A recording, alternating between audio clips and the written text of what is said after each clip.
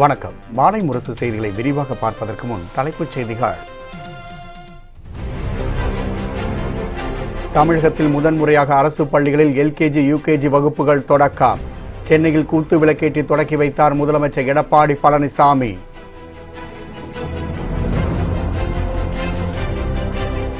அரசு ஊழியர்கள் வேலை நிறுத்தத்தில் ஈடுபட்டால் சம்பளம் விடுப்பு கிடையாது என தமிழக அரசு எச்சரிக்கை. அஞ்ச மாட்டோம், திட்டமிட்டபடி நாளை முதல் போராட்டம் என ஜாக்டோ ஜியோ திட்டவட்டம்.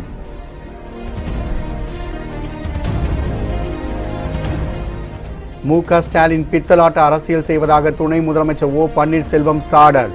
ஊதுபத்தி கொளுத்தினால் கூட சிபிஐ விசாரணை கேட்பாரா என அமைச்சர் ஜெயக்குமார் கேள்வி.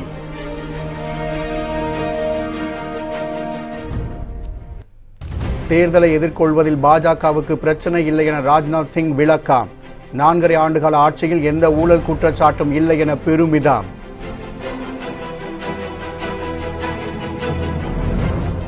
கர்நாடகாவில் கடவுள் என வர்ணிக்கப்பட்ட மடாதிபதி சிவகுமார் சுவாமிகள் 111வது வயதில் காலமானார். ஜனாதிபதி பிரதமர் மோடி, ராகுல் காந்தி இரங்கல். குமாரசாமி, எடியூரப்பா ஒன்றாக சென்ற அஞ்சலி. தமிழகத்தில் முதலாக அரசு பள்ளிகளில் எல்கேஜி மற்றும் யூகேஜி வகுப்புகளை சென்னையில் முதலமைச்சர் எடப்பாடி பழனிசாமி தொடக்கி வைத்தார். தமிழகத்தில் உள்ள 32 மாவட்டங்களில் அங்கன்வாடி மையங்களில் பள்ளி கல்வித்துறை, சமூக நலம் மற்றும் சத்துணவு திட்டத்துறை ஒருங்கிணைப்புடன் அரசு பள்ளிகளில் எல்கேஜி யூகேஜி வகுப்புகள் நடத்தப்பட உள்ளது. அதனுடைய துவக்க விழா இன்று சென்னை எழும்பூரில் உள்ள அரசு மகளிர் மேல்நிலைப் பள்ளியில் நடைபெற்றது. இதில் தமிழக முதல்வர் எடப்பாடி பழனிசாமி கலந்து கொண்டு குத்து விளக்கேற்றி அரசு பள்ளிகளில் எல்கேஜி யூகேஜி வகுப்புகளை தொடக்கி வைத்தார். இதனைத் தொடர்ந்து மாணவர்களுக்கு இலவச சீருடை மற்றும் நோட்டு புத்தகங்களை முதலமைச்சர் பழனிசாமி வழங்கினார். இதனையடுத்து தமிழகத்தில் இன்று முதல் 2381 அங்கன்வாடி மையங்களில் துவங்கப்பட்டுள்ள எல்கேஜி மற்றும் யூகேஜி வகுப்புகள் மூலம் 52,932 குழந்தைகள் பயன்பெறுவார்கள் என்பது குறிப்பிடத்தக்கது. தமிழகத்தில் உள்ள அரசு பள்ளியில் தொடங்கப்பட்டுள்ள மழலையர் பள்ளிகளுக்கு மக்கள் மத்தியில் பெரும் வரவேற்பு கிடைத்துள்ளதாக அமைச்சர் கே.பி. அன்பழகன் தெரிவித்துள்ளார். தருமபுரி மாவட்டம் பாப்பாரப்பட்டியில் மழலைய வகுப்புகளை தொடக்கி வைத்த போது செய்தியாளர்களிடம் பேசிய அவர், தமிழக அரசு கல்வித்துறையில் பல்வேறு புரட்சிகரமான திட்டங்களை செய்து வருவதாக கூறினார். பள்ளியை நாம் அந்த மாதிரி பள்ளிக்காக தேர்வு செய்யப்பட்டு அதன் மூலமாக இன்றைக்கு அதற்கு இருக்கின்ற வரவேற்பை பார்க்கின்ற பொழுது உள்ளபூர்வமாக நான் மிக்க மகிழ்ச்சி அடைகின்றேன். ஏனென்றால் இன்று வரை நாம் பார்க்கின்ற பொழுது இந்த பள்ளியிலே சேர்க்கைக்காக மாணவர்கள் கொண்டு வந்து சேர்க்கின்ற பட்சத்திலே எனக்கு கொடுக்கப்பட்ட புள்ளி விவரத்தின்படி எல்கேஜி முதல் 2ஆம் வகுப்பு வரை இந்த பள்ளியிலே இன்றைக்கு வரை சேர்க்கப்பட்ட மாணவர்களுடைய எண்ணிக்கை 242 என்பது ஒரு மிகப்பெரிய எண்ணிக்கை என்பதை நேரத்தில் மகிழ்ச்சியோடு தெரிவித்துக் கொள்ள கடமைப்பட்டிருக்கின்றேன். இன்றைக்கு 32 மாவட்டங்களுக்கும் முதல் கட்டமாக இன்றைக்கு எல்கேஜி முதல் 2ஆம் வகுப்பு வரை தொடங்கப்படுகின்ற நிகழ்வு. அதே நேரத்தில் எல்கேஜி யூகேஜி இரண்டும் ஆங்கில வழி. 1ஆம் வகுப்பு முதல் 12ஆம் வகுப்பு வரை இங்கு ஏற்கனவே 6ஆம் வகுப்பு முதல் 12ஆம் வகுப்பு வரை இந்த பள்ளியிலே மாணவர்கள் சேர்க்கை நடைபெற்று நடந்து கொண்டிருக்கிறது. அது தமிழ் வழி கல்வியை 1ஆம் வகுப்பு முதல் 12ஆம் வகுப்பு வரையும், அது +2 வரையிலும், அதே போல ஆங்கில வழியும் 1ஆம் வகுப்பு முதல் +2 வரை இங்கு நடத்துவதற்கான வாய்ப்பினை உருவாக்கி தந்திருக்கின்றது அரசு. அதற்காக முதல் கட்டமாக 50 லட்சம் ரூபாய் பணத்தை ஒதுக்கீடு செய்து கட்டமைப்பு வசதியை ஏற்படுத்துவதற்கும், ஸ்மார்ட் கிளாஸ் அமைப்பதற்கும், அதே போல தேவைப்படுகின்ற டெஸ்க் பெஞ்சை வாங்குவதற்கும் முதல் கட்டமாக 50 லட்சம் ரூபாய் நிதியும் ஒதுக்கி இருக்கிறது என்பதையும் இந்த நேரத்தில் நான் பெருமையோடு சுட்டிக்காட்ட கடமைப்பட்டிருக்கிறேன். வேலை நிறுத்தத்தில் ஈடுபடும் அரசு ஊழியர்களுக்கு ஊதியம் கிடையாது என தமிழக அரசு எச்சரிக்கை விடுத்துள்ளது. பழைய ஓய்வூதிய திட்டத்தை அமல்படுத்த வேண்டும் என்பது உள்ளிட்ட பல்வேறு கோரிக்கைகளை வலியுறுத்தி நாளை முதல் கால வரையற்ற வேலைநிறுத்த போராட்டம் நடத்தப்போவதாக ஜாக்டோ ஜியோ அறிவித்துள்ளது. இந்நிலையில் தமிழக அரசின் முதன்மை செயலாளர் கிரிஜா வைத்தியநாதன் அனைத்து அரசு அலுவலகங்களுக்கும் அனுப்பியுள்ள சுற்றறிக்கையில் அரசு ஊழியர்கள் அனைவரும் ஜனவரி 22ஆம் தேதி பணிக்கு வர வேண்டும் என தெரிவிக்கப்பட்டுள்ளது. அரசு ஊழியர்கள், ஆசிரியர்கள் வேலைநிறுத்த போராட்டத்தில் ஈடுபட்டால் சம்பளம் விடுப்பு கிடையாது என்றும் தமிழக அரசு தெரிவித்துள்ளது. போராட்டத்தில் ஈடுபடும் ஊழியர்களுக்கு மருத்துவ விடுப்பு தவிர வேறு விடுப்பு கிடையாது என்று தெரிவித்துள்ள தமிழக அரசு ஜனவரி 22ஆம் தேதி காலை 10:30 மணிக்குள் ஊழியர்களின் வருகை பதிவு குறித்த விவரங்களை அனுப்ப வேண்டும் என அனைத்து துறைகளுக்கும் உத்தரவிட்டுள்ளது. மேலும் அரசு ஊழியர்கள், ஆசிரியர்கள் வேலைநிறுத்த போராட்டம் முடியும் வரை தினமும் வருகை பதிவு விவரங்கள் சமர்ப்பிக்கப்பட வேண்டும் எனவும் தமிழக அரசு தெரிவித்துள்ளது. தமிழக அரசின் தலைமை செயலாளரின் எச்சரிக்கைக்கு ஜாக்டோஜியோ அமைப்பு கடும் கண்டனம் தெரிவித்துள்ளது. திண்டுக்கல்லில் செய்தியாளர்களிடம் பேசிய அந்த அமைப்பின் மாநில நிதி காப்பாளர் மோசஸ் தங்களது கோரிக்கை நிறைவேறும் வரை போராட்டம் நடைபெறும் என்றும் அடக்குமுறை கண்டு அஞ்ச மாட்டோம் என்றும் எச்சரிக்கை விடுத்துள்ளார். ஜாக்டோஜியோவுடைய நாளைய தினத்திலிருந்து தொடர்கின்ற வேலை நிறுத்தத்தை ஒட்டி தலைமைச் செயலாளர் அவர்கள் இன்றைய தினம் ஒரு அறிக்கை விட்டிருக்கிறார்கள். ஆசிரியர் அரசூழியர்கள் நாளைய தினத்திலிருந்து வேலைக்கு வரவில்லை என்றால் அவர்களுக்கு ஊதிய பிடித்தம் என்ற மிரட்டல் துணியோடு இன்றைக்கு அறிக்கை விட்டிருக்கிறார்கள். கடந்த 2 ஆண்டு காலமாக போராடுகிற பொழுது அழைப்பு விடுக்காத அல்லது அழைத்து பேசாத இந்த தலைமைச் செயலாளருடைய இந்த அறிக்கையை வன்மையாக ஜாக்டோஜியோனுடைய மாநில அமைப்பின் சார்பில் கண்டிக்கின்றோம். இந்த அடக்குமுறை அல்லது இப்படிப்பட்ட எச்சரிக்கை அறிக்கையின் மூலமாக ஜாக்டோஜியோ தனது போராட்ட பாதையிலிருந்து பின்வாங்காது தொடர்ந்து தனது போராட்டத்தை முன்னெடுத்து செல்லும். நீங்கள் எத்தனை அடக்குமுறைகளை ஏறிவிட்டாலும் ஜாக்டோஜியோவில் இருக்கக்கூடிய 12 லட்சம் ஆசிரியர் அரசூழியர்கள் நாளைய தினத்திலிருந்து அனைத்து அலுவலகங்களை கலெக்டர் அலுவலகத்திலிருந்து தாசில்தார் அலுவலகம் வரை மேல்நிலைப் பள்ளியிலிருந்து ஆரம்ப பள்ளி வரைக்கும் இருக்கக்கூடிய அத்தனை அலுவலகங்களையும் மூடிவிட்டு வேலை நிறுத்தத்தில் பங்கேற்பது உறுதி என்று இந்த நேரத்தில் தலைமைச் செயலாளருக்கு எச்சரிக்கையாக தெரிவித்துக் கொள்ள விரும்புகிறோம். திமுக தலைவர் மு.க. ஸ்டாலின் பித்தலாட்ட அரசியல் செய்வதாக துணை முதலமைச்சர் ஓ பன்னீர்செல்வம் சாடியுள்ளார். மதுரை விமான நிலையத்தில் செய்தியாளர்களிடம் பேசிய அவர் யாகம் நடத்தினால் முதல்வராகலாம் என்ற மூட நம்பிக்கை ஸ்டாலின் நம்புகிறாரா என கேள்வி எழுப்பியதோடு யாகம் நடத்தினால் முதல்வராக முடியும் என்றால் சட்டமன்ற உறுப்பினர்கள் எல்லோரும் யாகம் நடத்தலாமே என்றும் தெரிவித்தார். முதல்வராக தான் வேள்வி நடத்தியதாக ஸ்டாலின் கூறும் குற்றச்சாட்டில் உண்மை இல்லை என்றும் ஓ பன்னீர்செல்வம் கூறினார். பன்னீர்செல்வம் யாகம் நடத்தியிருக்கிறார் என்ற ஒரு பொய்யான பித்தலாட்டமான ஒரு அரசியலை ஸ்டாலின் அரங்கேற்றியிருக்கிறார். நான் மாண்புமிகு அம்மா அவர்களால் 2 முறை தமிழகத்தினுடைய முதலமைச்சராக 3வது முறையாகவும் முதலமைச்சராக பொறுப்பே இருந்திருக்கிறேன். இன்றைக்கும் நான் துணை முதலமைச்சர், அண்ணன் எடப்பாடி பழனிசாமி முதலமைச்சர். ஆக ஒரு முதலமைச்சராக இருந்தவன் துணை முதலமைச்சராக இருந்து கட்சியினுடைய ஒருவரை இன்றைக்கு முதலமைச்சராகிய பெருந்தன்மை எங்களுடைய அனைத்து இந்திய அண்ணா திராவிட முன்னேற்றத்துக்கு தான் இருக்கிறது. ஸ்டாலின் இன்றைக்கு அவருடைய கட்சியுடைய தலைவராக இருக்கின்றார். திமுகவில் இவர் தலைவராக இருக்கும்போது இன்னொருவரை முதலமைச்சராக இருக்கின்ற துணிவு தெம்பு திராணி ஸ்டாலின் இருக்கிறதா என்பதை நீங்கள் கேளுங்க.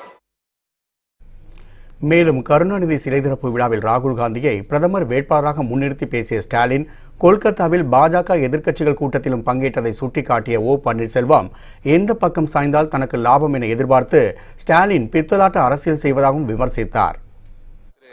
கலைஞர் கருணாநிதி அவருடைய சிலை திறப்பு விழாவிற்கு அவர் பாட்டுக்கு செவனே மேடம் நின்றுட்டு இருந்தாரு. உடனே கையை பிடிச்சி தூக்கி வருதே பிரதமர்ன்ட்டாரு. இன்னைக்கு அவங்களோடு கூட்டணியில் இருந்த மம்தா பானர்ஜி மற்றவர்கள்லாம் ஒரு 27-28 அகில இந்திய ரீதியில் இருக்கிற தலைவர்கள்லாம் ஒன்று சேர்ந்து கல்கத்தாவில் ஒரு பெரிய கூட்டத்தை நடத்தியிருக்கிறார்கள். அந்த கூட்டத்திலும் ஸ்டாலின் கலந்து கொண்டிருக்கிறார். ஆக ஸ்டாலினுடைய நிலைப்பாடு இதிலிருந்து எந்த பக்கம் தாவினால் அரசியல் லாபம் கிடைக்கும் என்று குழம்பிக் கொண்டிருக்கிறார்.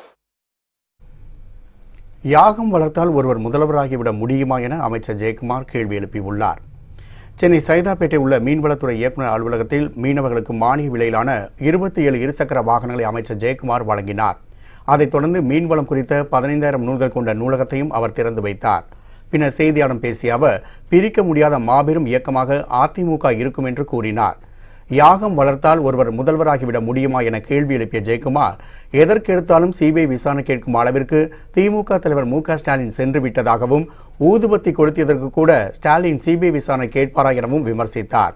மேலும் கோடநாடு விவகாரத்தில் தொடர்புடைய குற்றவாளிகளுக்கு திமுக அடைக்கலம் கொடுப்பது அம்பலமாகிவிட்டதாகவும் பத்திரிகையாளர் மேத்யூ, சயான் மற்றும் மனோஜ் ஆகியோருடன் திமுகவுக்கு உள்ள தொடர்பு குறித்து விசாரணையில் தெரியவரும் என்றும் அமைச்சர் ஜெயக்குமார் தெரிவித்தார். மு.க. ஸ்டாலின் அவர்கள் திமுக தலைவர் அவர்கள் யார் ஜாமீன் நேற்று முதலமைச்சர் ஃபோட்டோட அடையாளம் கட்டினார். யாரெல்லாம் திமுக வட்டச்செயலர்லேருந்து திமுக வழக்கறிஞர்லேருந்து எல்லாமே பெயில் எடுத்தது யாருடைய டிஎம்கே கஸ்டடியில் இருக்கிறதெல்லாம் முகத்திலே கிழித்தெறிந்து அதற்குரிய நடவடிக்கைலாம் நிச்சயமாக அரசு எடுக்குன்னு சொல்லியிருக்காரு. இப்போ நான் கேட்குறேன், எதற்கெடுத்தாலும் பட்டா ராஜினாமா பண்ணுங்கன்றீங்க.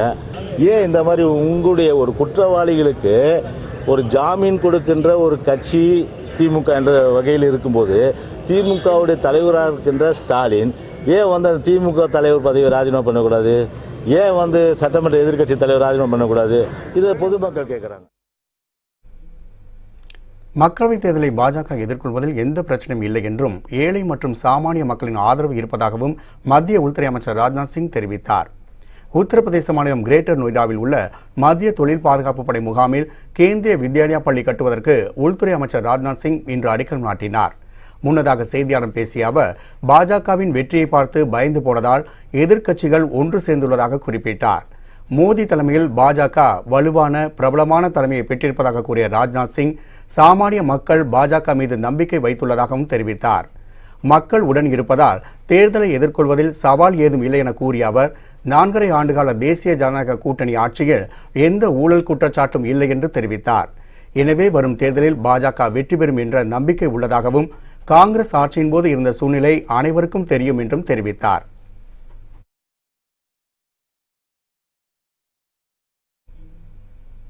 வருகிற பிப்ரவரி மாதம் காங்கிரஸ் தலைவர் ராகுல் காந்தி தமிழகம் வருகை புரிகிறார் என தமிழக காங்கிரஸ் கமிட்டி தலைவர் திருநாவுக்கரசர் தெரிவித்துள்ளார். அகில இந்திய காங்கிரஸ் கமிட்டி தலைவர் ராகுல் காந்தி சக்தி என்னும் சிறப்பு திட்டத்தை நாடு முழுவதும் அறிமுகப்படுத்தியுள்ளார். இத்திட்டத்தின் தொடக்க விழா சென்னை காமராஜர் அரங்கில் நடைபெற்றது. இதில் பங்கேற்ற பின்னர் செய்தியாளர்களிடம் பேசிய திருநாவுக்கரசர், திமுக காங்கிரஸ் இடையிலான கூட்டணி பேச்சுவார்த்தை முடிந்து விட்டதாகவும், ராகுலை ஸ்டாலின் பிரதமராக அறிவிக்காதது ஏன் என தமிழிசை வினா எழுப்புவது அர்த்தமற்ற ஒன்று என்றும் தெரிவித்தார். கோடநாடு விவகாரத்தில் முதலமைச்சர் பதவி விலக வேண்டும் என்றும், காவல்துறையை வேறு ஒருவரிடம் வழங்க வேண்டும் என்றும் வலியுறுத்தினார். பதவியில் உள்ள நீதிபதி தலைமையில் விசாரணை நடத்தப்பட வேண்டும் என்றும் திருநாவுக்கரசர் கேட்டுக்கொண்டார். தமிழ்நாட்டுக்கும் திரு தலைவர் ராகுல் காந்தி அவர்கள் தேர்தல் அறிவிப்பு முன்னால வரணும்னு கேட்டிருக்க, அவரும் சம்மதம் கொடுத்திருக்காரு. தமிழ்நாடு பிஜேபி தலைவர் தமிழிசை சவுந்தரராஜன் வந்து ஸ்டாலின் அவர்களை வந்து நீங்க ராகுல் தலைவர்னு இங்க அறிவிச்சிங்க, ஏன் போய் கல்கட்டாவில் அறிவிக்கலைன்னு கேட்கறது அர்த்தமில்லாத கேள்வி. ஏன்னா காங்கிரஸ் பெரும்பான்மை பெற்றால் ராகுல் காந்தி தலைவருங்கிறது ஆட்டோமேட்டிக்கான விஷயம் ஒன்று. ரெண்டாவது விஷயம், கொடைநாட்டில் நடந்த சம்பவம் நான் முன்னாலே கூட சொல்லியிருக்கேன். அங்கே நடந்த கொள்ளைகள் சம்பந்தமாக சிபிஐ ஒரு ஸ்பெஷல் டாஸ்க் ஃபோர்ஸ் போட்டு சிபிஐ விசாரிக்கணும், அல்லது சிட்டிங் ஜட்ஜ் தலைமையில் ஒரு விசாரணை நடத்தணும். எடப்பாடி பழனிசாமி முதலமைச்சர் பதவியிலிருந்து விலகணும். உடனடியாக அவர்கிட்ட இருக்கிற போலீஸ் டிபார்ட்மெண்ட்டை அவர் வேற யாருக்காவது கொடுக்கணும், அவர் வச்சுக்கூடாது. தம்பிதுரை மற்றும் தமிழிசை சவுந்தரராஜன் கருத்து மோதல்களால் அதிமுக பாஜக உறவு பாதிக்காது என அதிமுகவின் துணை ஒருங்கிணைப்பாளர் வைத்திலிங்கம் தெரிவித்துள்ளார். அரியலூரில் செய்தியாளர்களிடம் பேசிய அவர், தேர்தல் அறிவிப்பு வெளியான பின்னர் கூட்டணி குறித்து கட்சி தலைமை முடிவு செய்யும் என்று தெரிவித்தார். பாரதிய ஜனதா கட்சியை சேர்ந்த அமைச்சர் பொன் ராதாகிருஷ்ணன், தலைவர் தமிழிசை சவுந்தரராஜன் இவங்க எல்லாம் பல கருத்துக்களை சொல்றாங்க. அதுபோல எங்க கட்சியிலேயே சில கருத்துக்களை சொல்லலாம். இந்த கருத்துக்கள் உறவு நல்லுறவை பாதிக்கிற கருத்துக்கள் கிடையாது. அதாவது அவங்க வந்து மாநில தலைவர், பாரதிய ஜனதா கட்சி தலைவர், அவங்க வந்து அண்ணா கொள்கை பரப்பு செயலாளர், இவங்க சொல்ற கருத்துக்கு மாற்றா சொல்றாங்க. பிஜேபியினுடைய கூட்டணியை நிர்ணயிப்பது அகில இந்திய தலைமை. அதனால தமிழிசை சொல்றதுக்கு நாங்க பதில் சொல்ல விரும்பல. சம்பந்தம் இல்லைன்னு சொல்லல. இல்ல இப்ப கூட்டணிக்கு நேரம் இல்லை, இது தகுந்த நேரம் இல்லை. தேர்தல் அறிவிக்கட்டும், தலைமை முடிவு செய்யும். உச்ச நீதிமன்றத்தில் நாளை நடைபெறவுள்ள பட்டாசு தொழிலுக்கான வழக்கில் நல்ல தீர்ப்பு கிடைக்கும் என பால்வளத்துறை அமைச்சர் ராஜேந்திர பாலாஜி தெரிவித்துள்ளார். விருதுநகர் மாவட்டம் சிவகாசியில் தமிழக அரசின் கால்நடை பராமரிப்புத்துறை சார்பில் ஏழை எளிய மக்களுக்கு கோழி குஞ்சுகள் வழங்கும் திட்டம் தொடங்கப்பட்டது. 200 பயனாளர்களுக்கு அமைச்சர் ராஜேந்திர பாலாஜி கோழி குஞ்சுகளை வழங்கி திட்டத்தை தொடக்கி வைத்தார். பின்னர் செய்தியாளர்களிடம் பேசிய அவர், ஏழை எளிய மக்களின் முன்னேற்றத்திற்காக முதலமைச்சர் எடப்பாடி பழனிசாமி பாடுபட்டு வருவதாக கூறினார். விருதுநகர் மாவட்டத்தின் பட்டாசு தொழிலை காக்க அரசு உரிய நடவடிக்கை எடுக்கும் என்றும் அமைச்சர் தெரிவித்தார். சீனியர் வழக்கறிஞர் வைத்திருக்கிறார். ஆக நல்ல தீர்ப்பு வரும் என்ற நம்பிக்கையோடு நாம் இருக்கின்றோம். இந்த தொழில் பாதுகாக்கப்பட வேண்டும், பட்டாசு தொழில் பாதுகாக்கப்பட வேண்டும், பட்டாசு உற்பத்தியாளர்கள் பாதுகாக்கப்பட வேண்டும், பட்டாசு தொழிலாளிகள் காப்பாற்றப்பட வேண்டும் என்ற எண்ணத்தின் அடிப்படையிலே அண்ணன் எடப்பாடி பழனிசாமி அவர்கள் வழங்குகின்ற காரணத்தினால் நல்ல தீர்ப்பு நமக்கு கிடைக்கும். அந்த நம்பிக்கையோடு நாம் இருக்கிறோம். சென்னை லயோலா கல்லூரியில் இந்துக்களை அவமானப்படுத்தும் விதமாக ஓவிய கண்காட்சி நடத்தப்பட்டதற்கு தமிழக பாஜக தலைவர் தமிழிசை சவுந்தரராஜன் கடும் கண்டனம் தெரிவித்துள்ளார். சென்னை லயோலா கல்லூரியில் நாட்டுப்புற கலைஞர்களை ஊக்குவிக்கும் வகையில் கடந்த 2 நாட்களாக வீதி விருது விழா நடைபெற்றது.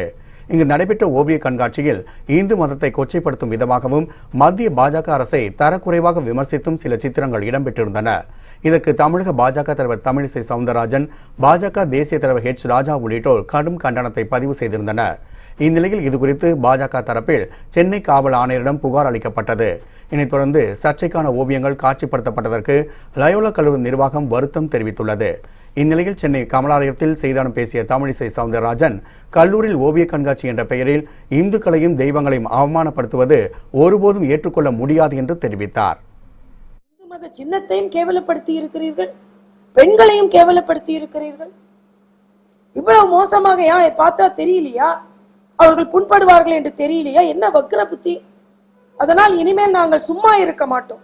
இப்படிப்பட்ட கண்காட்சிகளும் இந்து மதத்தையும் பெண்களையும் மரியாதைக்குரிய பாரத பிரதமர் மோடி அவர்களையும் ஏன் RSS இயக்கத்தை கூட அங்கே மிக மோசமாக சித்தரித்திருக்கிறார்கள். இதையெல்லாம் இனிமே பொறுத்து கொள்ளப் போவதில்லை. வேண்டுமென்றே மதச்சார்பின்மையாளர்கள் என்று ஒரு போர்வையை போத்திக்கொண்டு மதக்கலவரத்தை தூண்டுவதற்காகத்தான் இத்தகைய கண்காட்சிகள் எல்லாம் நடத்தப்படுகிறது. மிக வன்மையாக கண்டிக்கத்தக்கது.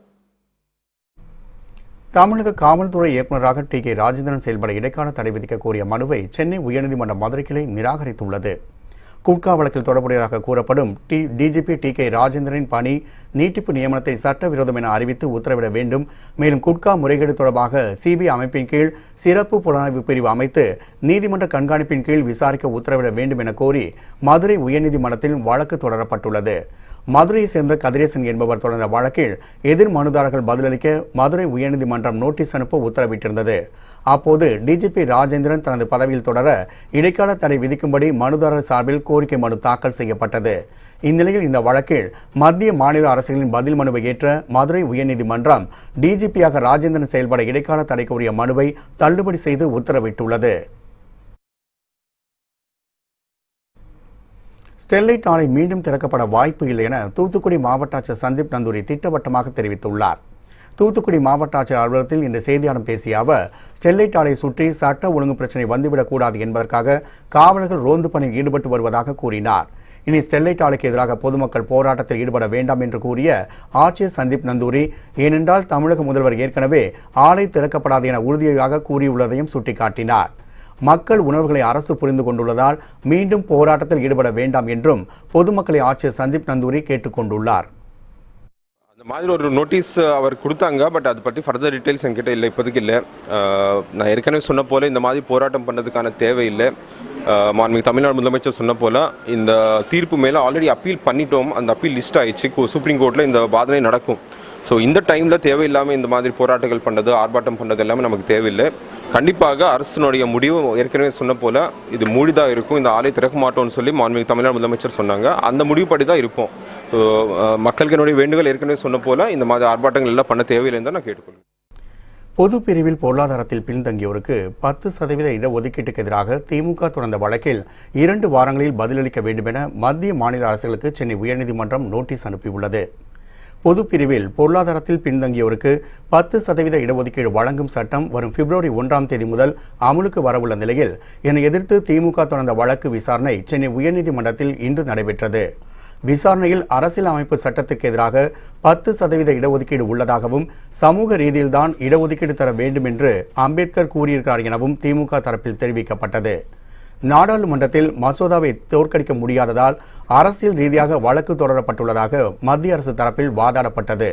இருதரப்பு வாதங்களையும் கேட்ட உயர்நீதிமன்றம் 10% இடஒதுக்கீடு யாருக்காக வழங்கப்படுகிறது எனவும் ஏற்கனவே SC, ST, OBC பிரிவினருக்கு இடஒதுக்கீடு இருக்கும் நிலையில் புதிதாக இடஒதுக்கீடு யாருக்காக எனவும் கேள்வி எழுப்பியது. இது தொடர்பாக மத்திய மாநில அரசுகள் 2 வாரங்களில் பதிலளிக்க வேண்டும் என உத்தரவிட்ட சென்னை உயர்நீதிமன்றம் வழக்கு விசாரணையை ஒத்திவைத்துள்ளது.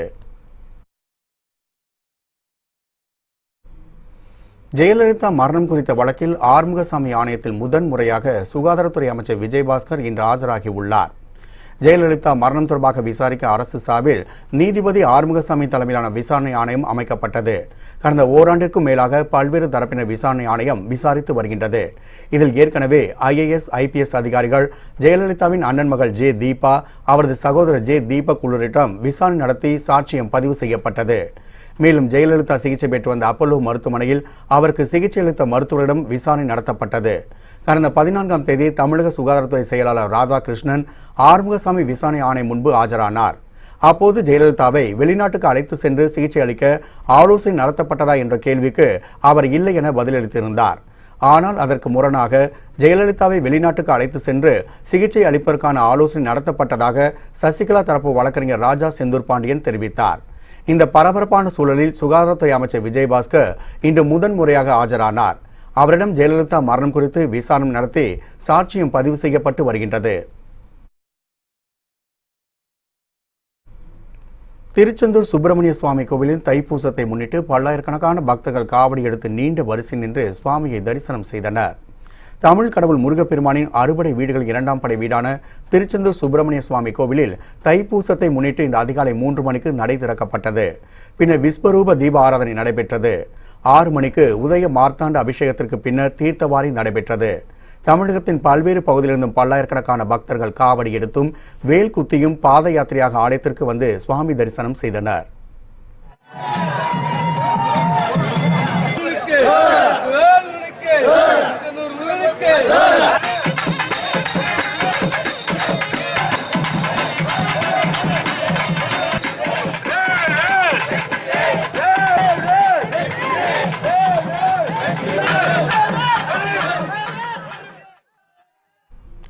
விரதம் இருந்த பல்லாயிரக்கணக்கான பக்தர்கள் அதிகாலை முதல் கடலில் புனித நீராடினர். பக்தர்களின் வசதிக்காக சிறப்பு பேருந்துகள் ஏற்பாடுகள் செய்யப்பட்டுள்ளன. கோவில் நிர்வாகம் சார்பில் பக்தர்களின் வசதிக்காக குடிநீர், கழிப்பறை போன்ற வசதிகள் செய்து தரப்பட்டுள்ளது. பல்லாயிரக்கணக்கான பக்தர்கள் வருகை தருவதை முன்னிட்டு காவல்துறையினர், ஊர்காவல் படையினர், ஆயுத காவல் படையினர் பாதுகாப்பு பணியில் ஈடுபட்டுள்ளனர். முருகர் எங்களுக்கு இங்கே வந்தது பெரிய மகிழ்ச்சி, சந்தோஷமான இருக்குது. தைப்பூசத்துக்கு எப்போ வந்து தரிசனம் பண்ணதில் அதில் எங்களுக்கு என்னென்னா அதிகாலையில் தரிசனத்துக்கு விட்டாங்க. கொஞ்சம் லைனில் நின்று பார்த்தோம், நல்லா மகிழ்ச்சியாக இருக்குது. அதேமாரி எங்களுக்கு 6 படை வீடு தான் தரிசனம் பண்ணோம். திருத்தி இந்த ஆண்டவனை தரிசனம் பண்ணுறதுக்கு ரொம்ப எங்களுக்கு பெரிய பாக்கியமாக இருக்குது. தைப்பூச பாதயாத்திரையாக எனக்கு 22 வருஷம் வந்து கொடுக்கும். எங்கள் கூட வந்த சாமிகளுக்கு, இந்த குழந்தை இல்லாத சாமிகளுக்கு, அப்புறம் கல்யாணம் முடியாத சாமிகளுக்கு, எல்லா சாமிகளுக்கும் அந்த முருகன் அருளால் எல்லாம் நடந்திருக்கு. அந்த டீமில் நான் தான் குருநாராக இருக்கேன். எல்லா அவங்களுக்கும் அந்த முருகன் அருள் நல்லபடியாக கிடச்சிருக்கு. அந்த முருகன் நம்புறவர் கைவிடப்பட மாட்டார். சிபிஐ இடைக்கால இயக்குநராக நாகேஸ்வரராவ் நியமிக்கப்பட்டதை எதிர்த்து தொடரப்பட்ட வழக்கின் விசாரணையில் உச்சநீதிமன்ற தலைமை நீதிபதி ரஞ்சன் கோகாய் விலகியுள்ளார். சிபிஐ இயக்குநர் பதவியிலிருந்து அலோக் வர்மா நீக்கப்பட்டதை அடுத்து இடைக்கால இயக்குநராக நாகேஸ்வரராவ் நியமிக்கப்பட்டார். இதற்கிடையில் சிபிஐக்கு புதிய இயக்குநரை தேர்வு செய்யும் பணியில் மத்திய அரசு ஈடுபட்டுள்ளது. இது தொடர்பான கூட்டம் வரும் 24ஆம் தேதி அன்று பிரதமர் தலைமையில் நடைபெறவுள்ளது. இந்நிலையில் சிபிஐ இடைக்கால இயக்குநராக நாகேஸ்வரராவ் நியமிக்கப்பட்டதை எதிர்த்து வழக்கறிஞர் பிரசாத் பூஷன் சார்பில் உச்சநீதிமன்றத்தில் வழக்கு தொடரப்பட்டது. இந்த வழக்கின் விசாரணையிலிருந்து தலைமை நீதிபதி ரஞ்சன் கோகாய் விலகியுள்ளார். மேலும் சிபிஐ புதிய இயக்குநர் தேர்வு, நியமனம் ஆகியவற்றில் வெளிப்படைத்தன்மை வேண்டும் எனவும் அவர் கேட்டுக் கொண்டுள்ளார். அமித்ஷாவின் ஹெலிகாப்டர் தரையிறங்குவதற்கு அனுமதி மறுத்து வருவதை அடுத்து மேற்கு வங்க அரசு பாஜக இடையே மோதல் உச்சகட்டத்தை எட்டியுள்ளது. மேற்கு வங்கத்தில் பாஜக ரத யாத்திரை நடத்தவும் பொதுக்கூட்டங்கள் நடத்தவும் மேற்கு வங்க அரசு அனுமதி மறுத்தது. இதனை எதிர்த்து உச்சநீதிமன்றத்தில் வழக்கு தொடர்ந்த பாஜக சில நிபந்தனைகளுடன் அனுமதி பெற்று ரத யாத்திரை நடத்தியுள்ளது. இதனிடையே மேற்கு வங்கத்தின் மால்டா பகுதியில் நாளை நடக்கும் பொதுக்கூட்டத்தில் பாஜக தேசிய தலைவர் அமித்ஷா பங்கேற்று உரையாற்றுவார் என தெரிவிக்கப்பட்டுள்ளது. இந்நிலையில் அமித்ஷா செல்லும் ஹெலிகாப்டர் தரையிறங்க மேற்கு வங்க அரசு தடை விதித்துள்ளது. விமான நிலைய விரிவாக்க பணிகள் நடப்பதாகவும் அதற்கான கட்டுமான பொருட்கள் உள்ளதாலும் அனுமதிக்க முடியாது என மேற்கு வங்க அரசு விளக்கம் அளித்துள்ளது. இதற்கு கடும் கண்டனம் தெரிவித்துள்ள மத்திய அமைச்சர் ரவிசங்கர் பிரசாத், அந்த ஹெலிபேட் பகுதி சுத்தமாகவும் நல்ல நிலையில் இருப்பதற்கும் சில பத்திரிகையாளர்கள் எடுத்த புகைப்பட ஆதாரங்கள் தம்மிடம் உள்ளதாக தெரிவித்தார்.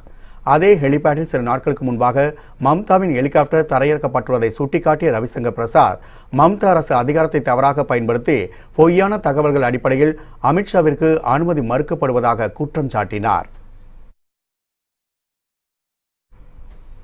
லிங்காயத் தலைவரும் கர்நாடக மாநில சித்தகங்கா மடாதிபதியுமான சிவகுமார சுவாமி இன்று காலமானார். அவருக்கு வயது 111. கர்நாடக மாநிலம் டும்கூரில் புகழ்பெற்ற சித்தகங்கா மடம் அமைந்துள்ளது. இங்குள்ள மடாதிபதி சிவகுமார் சுவாமி கடந்த சில நாட்களாக நுரையீரல் தொற்று நோயினால் பாதிக்கப்பட்டிருந்தார். இந்நிலையில் சிகிச்சை பலனளிக்காமல் சிவகுமார சுவாமிகள் இன்று காலமானார்.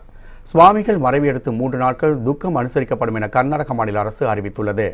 சித்தகங்கா மடாதிபதி மறைவுக்கு ஜனாதிபதி ராம்நாத் கோவிந்த், பிரதமர் நரேந்திர மோடி, காங்கிரஸ் தலைவர் ராகுல் காந்தி, கர்நாடக முதல்வர் குமாரசாமி, முன்னாள் முதல்வர் எடியூரப்பா உள்ளிட்ட பல அரசியல் தலைவர்கள் இரங்கல் தெரிவித்துள்ளனர். குறிப்பாக கர்நாடக மாநில முதல்வர் குமாரசாமியும் எதிர்க்கட்சித் தலைவர் எடியூரப்பாவும் ஒன்றாக வந்து அஞ்சலி செலுத்தினர். மேலும் மறைந்த சிவகுமார சுவாமிக்கு பாரத ரத்னா விருது வழங்க வேண்டும் எனவும் கோரிக்கை வலுத்து வருகின்றது. இந்நிலையே சுவாமியின் இறப்பு செய்தி அறிந்தவுடன் நூற்றுக்கணக்கான பக்தர்கள் மடத்திற்கு வருகை தந்து கொண்டிருக்கின்றனர். இதையடுத்து கூட்டத்தை கட்டுக்குள் வைக்க பலத்த போலீஸ் பாதுகாப்பு போடப்பட்டுள்ளது. புத்தம் புதிய செய்திகள் அவ்வப்போது முழுமையாக மாலை முரசு தொலைக்காட்சி வழங்கும். இணைந்திருங்கள் மாலை முரசு தொலைக்காட்சியுடன். வணக்கம்.